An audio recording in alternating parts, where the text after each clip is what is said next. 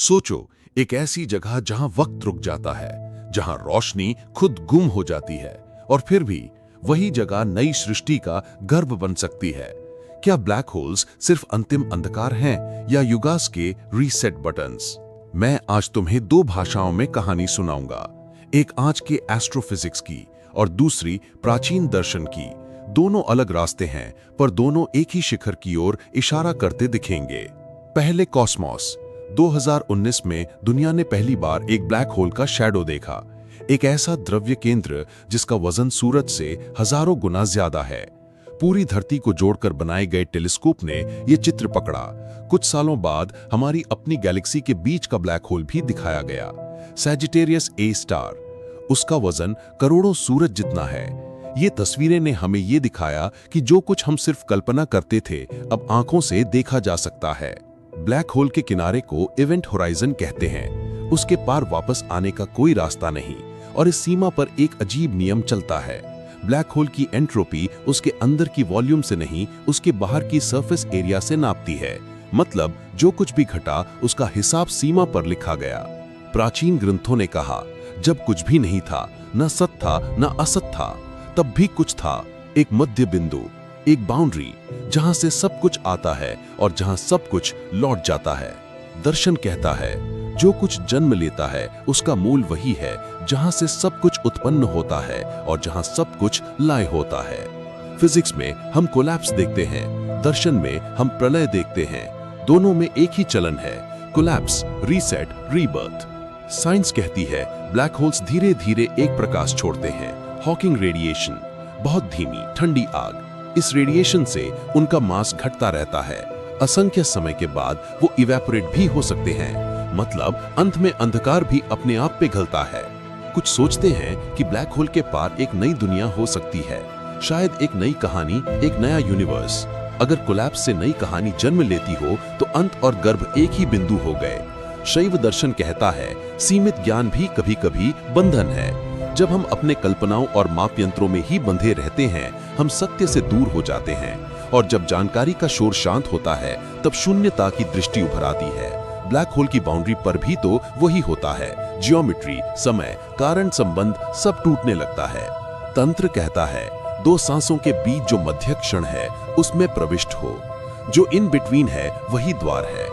Physics में horizon एक in between है, तंत्र में सांस का विराम। दोनों कहते हैं गेटवे इज द गैप। पुराणों में प्रलय का वर्णन है, जब तत्वों का विघटन होता है सब कुछ कारण अवस्था में लौट जाता है, जैसे प्रकृति का फैक्ट्री रीसेट। तभी नई सृष्टि का जन्म होता है।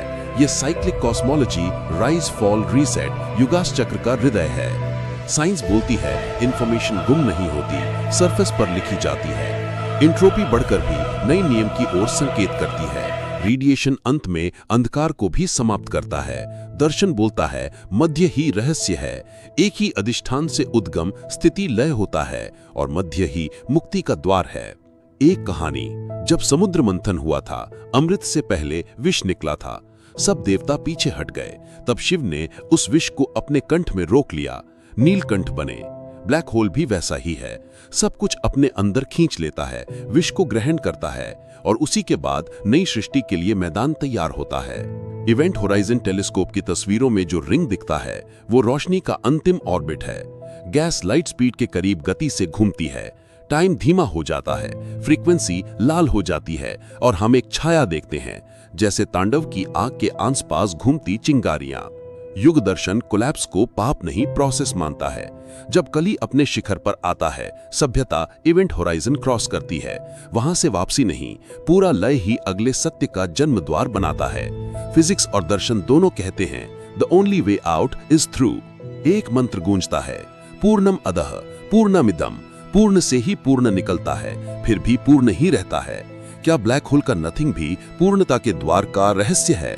जब सब कुछ लिपटकर बिंदु बन जाता है, तभी तो नई विस्तार की जगह बनती है।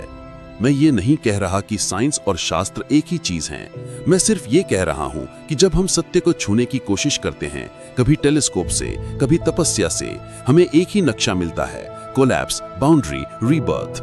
इसीलिए तंत्र मध्य में स्थिति सिखाता है। शैव दर्शन ज्ञान के बंधन को तोड़ने का संकल्प देता है। ग्रंथ जन्म स्थान पर अंगुली रखते हैं। पुराने कहते हैं प्रलय में प्रकृति गर्भ में सो जाती है, और प्राचीन गान कहते हैं ना सत था ना असत था। साइंस भी वही दिखाती है। एंट्रोपी एरिया में लिखी जाती है। रेडिएशन याद दिलाता है कि अंधकार भी अस्थायी है, और तस्वीरें हमें ये दिखाती हैं कि जो हम मानते थे वो अब देखा जा सकता है। अब तुम्हारा अंतराल।